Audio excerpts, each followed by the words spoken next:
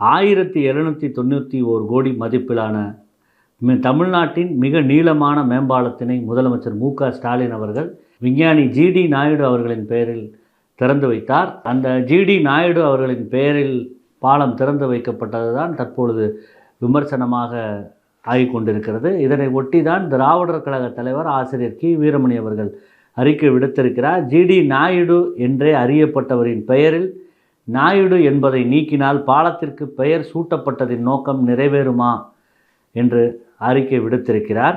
கொளத்தூர் தொகுதி மக்களின் விருப்பப்படி பெரியார் நகர் நூலக வளாகத்தில் பெரியார் சிலை அமைக்கப்படுமா என்று ஒரு பெட்டி செய்தி தமிழ்நாடு முதலமைச்சரின் கவனத்திற்காக வெளிவந்திருக்கிறது. மிக இளம் வயதில் இருந்தே குழந்தைகளுக்கு பாலியல் கல்வி கற்றுத்தரப்பட வேண்டும் என்று உச்சநீதிமன்றம் கருத்து தெரிவித்துள்ளது. பீகாரில் வாக்காளர் திருத்தம் செய்யப்பட்டிருக்கிறது. தேர்தலுக்கு முன் விளக்கப்பட்ட 3.66 லட்சம் வாக்காளர்களுக்கு இலவச சட்ட உதவி வழங்க உச்சநீதிமன்றம் உத்தரவு பிறப்பித்துள்ளது. கர்நாடகாவில் பணிக்கு செல்லும் பெண்களுக்கு மாதத்திற்கு ஒரு நாள் ஊதியத்துடன் கூடிய மாதவிடாய் விடுப்பு வழங்க மாநில அமைச்சரவை ஒப்புதல் அளித்துள்ளது.